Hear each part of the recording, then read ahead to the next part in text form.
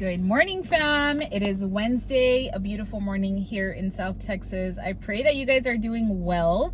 I have no notes with me today, which means that we're gonna have like a bestie, big sister talk, encouragement. I don't know. We'll see where this goes. I was in prayer right now and just thinking about all the good things that God has been doing in my life. And I feel like we often forget to just express gratitude. We're so quick to just be like, Lord, help me. And I was telling him that this morning. I was like, God, I know I'm always coming to you because I need stuff. But at the same time, I'm like, but I do need you. Like, I need you every day, every second of my life, for every decision, for every feeling, emotion, for everything. I need him. And I'm not ashamed to say that. You know, I feel like we are filled with so much pride and our ego that we think that we can just handle situations on our own. But like, we just need to be so dependent on God that we go to him for everything. And I feel like there's been situations just this week even where I'm like trying to figure things out on my own, and then I realize, like, why am I starting to feel anxious, or why am I starting to feel stressed out? And it's usually a good reminder that I'm trying to handle it on my own. And I'll kind of stop and like start praying, and I just ask God, like, help me, because I am dealing with such and such thing and I need your help. But I just want to encourage you today that if you're in a situation where you feel like you have no idea what you're doing, I've been getting that message a lot in one of my videos from last week, has gained a lot of views, and a lot of the comments on there are like, well, that's great, but I don't know what God wants me to do, or like, I don't have the same thing going on and I feel like I'm stuck, or whatever. Like, people, make these comments, and I kind of I think about it, and I'm like, I empathize with them, because I feel like at some point in my life, not too long ago, a year, maybe 2 years ago, I was definitely in that situation where I just felt like, but I have no idea what God is wanting me to do with my life. I have no idea in what direction I should go. And even in the aspect of like feeling stuck, right? I felt stuck. I felt like everybody's doing all these great things and I have nothing going for me. Like, what am I supposed to do?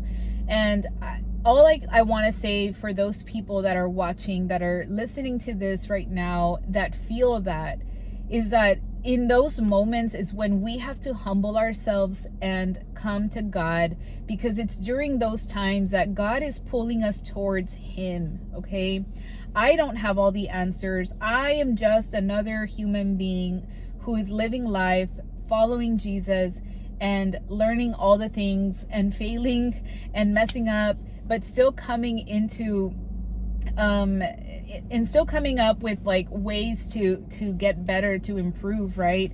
And to just get closer to God, because the more and more I read the Bible, get to know him, the more peace I am, the more oh my gosh, my words, the more peace that I have, and more clarity that I have on the direction of my life. So if I go back to 2023, when I rededicated my life to the Lord, guys, I had not read the Bible at all. I had tried many times throughout the years. I would like start in Genesis 1 and then I would just like give up, because I was like, what is this? And I remember those times, and I remember that in 2023 I just said, you know what, Lord, like, I don't know you. I know people talk about you and their relationship with you, and I just desire that. I came with him with an open heart, with a desire to be closer to him, to be in relationship with him. And during this season, I was, in a way spiraling, in the sense that I was feeling like, where is my life going? Like, should I still work in medicine? Should I do something online? Should I don't know, like, what direction am I going in? Because I just feel like nothing is happening for me. And that sounds really sad, I guess, because by no means did I feel, I wasn't like depressed or anything. I just was like, this doesn't feel fulfilling to me. There's something missing, right? And little did I know that what was missing wasn't a job, it wasn't a status, it wasn't more money, it wasn't more things. It was that I needed Jesus in my life to fill the parts of me that I felt were empty or void or missing something. And through that experience, I mean, honestly, most of 2024, all I did was I did try to pursue things. And like I mentioned in the other video about taking a step and like moving, God will redirect you. When you're moving, it's so much easier to redirect than when you're standing still just waiting for answers. And so in 2024, like I did so many things that I was like, okay, well, I think maybe God would want me to do this, and I would do it. And when my heart wasn't aligned, and I mean, looking back, I know it wasn't. If my heart wasn't aligned and it wasn't his will, things wouldn't go my way, right? Like I would feel like a no, I would feel all this resistance. And so it was a good way for me to say, you know what, I need to stop. And I'll give you examples. Like I started a podcast early 2024. It was fun in the sense that I went out and did something that I had been wanting to do. It was a good experience, but ultimately it wasn't what God was wanting me to do in that season. So I recorded 8 episodes. They're on my channel if you want to watch those. But like even looking back, if you look at those videos, you'll see the difference in how I speak and the difference in just like wisdom. And I know that sounds kind of crazy, but I do feel like the Lord has given me so much wisdom since then that it's not through my own doing. It's through reading the word and being able to speak of the word, speak of the things of God, right? And then other things that I tried doing things online, like, you know, I mentioned this in the past, but like doing some sort of what was it, like a course or a PDF or something that I was gonna sell, some sort of like what do you call those things, like a digital product to help people find their calling and their purpose. And while that sounds all great and all, I am the last person that should be saying any of that, because not only was I not even clear about what I wanted to do, but only God can be the one to tell you what your purpose is, what your calling is. Sure, there's tools and, you know, even like tests and quizzes that you can take that can help you explain a little bit more about how God has created you. But ultimately, I feel like those things are only for God to tell you. And anyway, so those are 2 examples of things that I tried to do, and I felt an immediate stop. Like God really put a hold on those things to where it wasn't even hard to let that go. It was like, okay, well, I guess this isn't it. And I would stop, right? And then I feel like a lot of my growth in my faith came in the summer, because I am such an overachiever and an overthinker and a type A person, okay?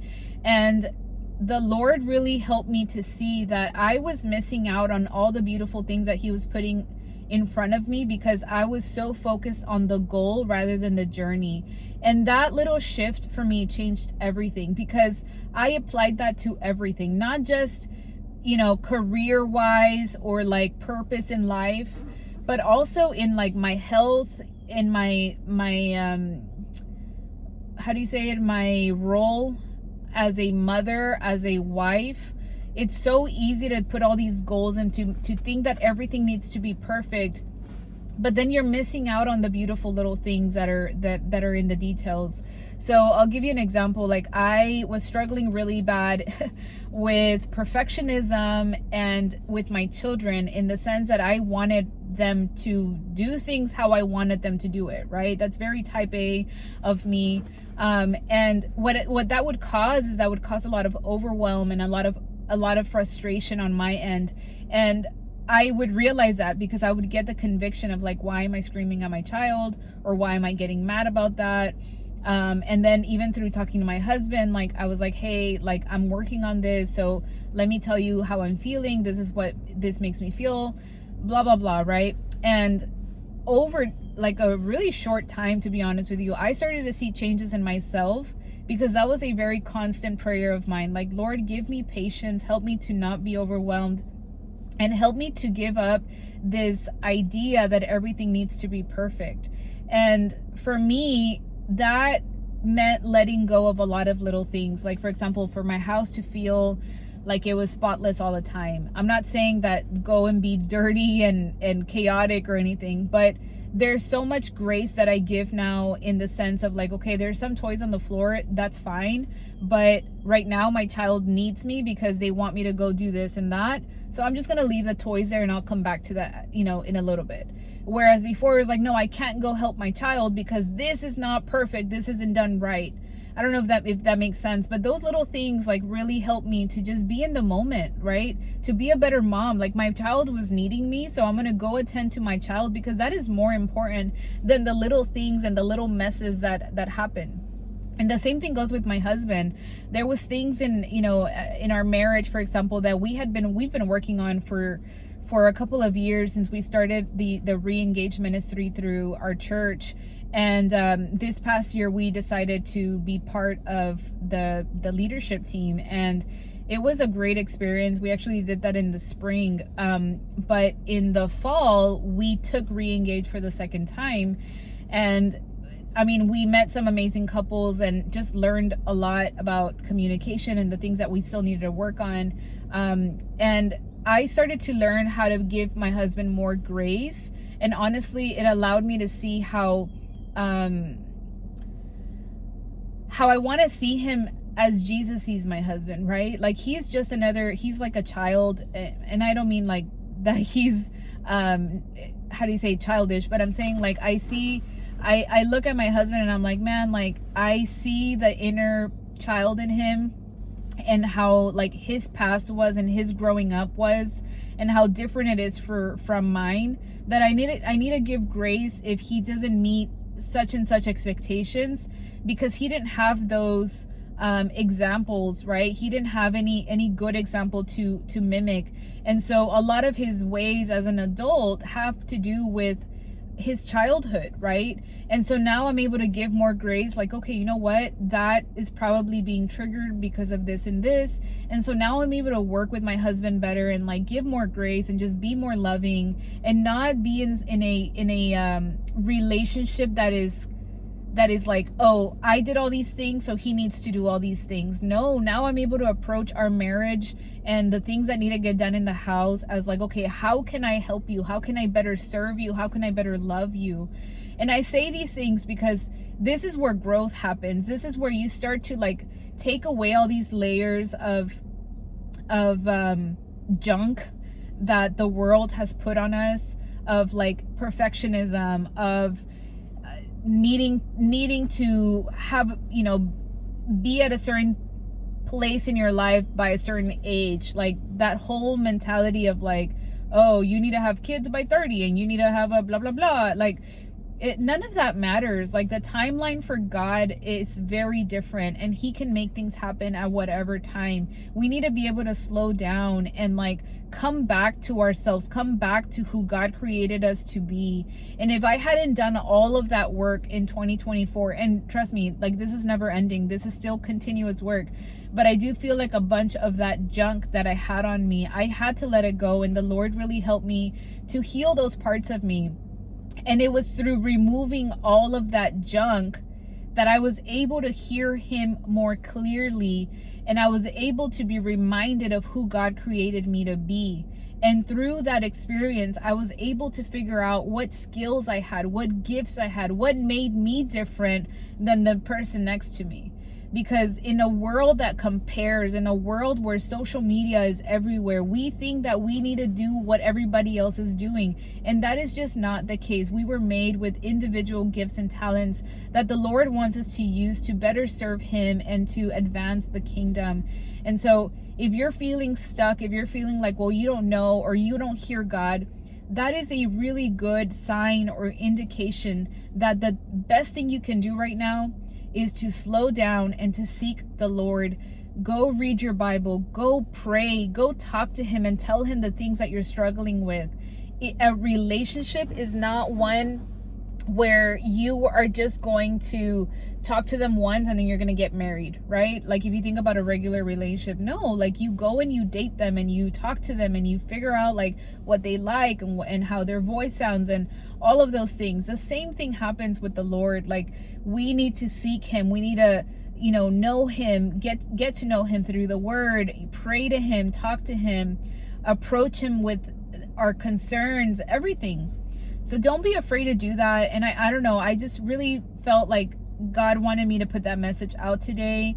I was literally like, Lord, I don't have any notes today. I don't have anything that I need to, that I feel like I need to say. So tell me what you want me to say.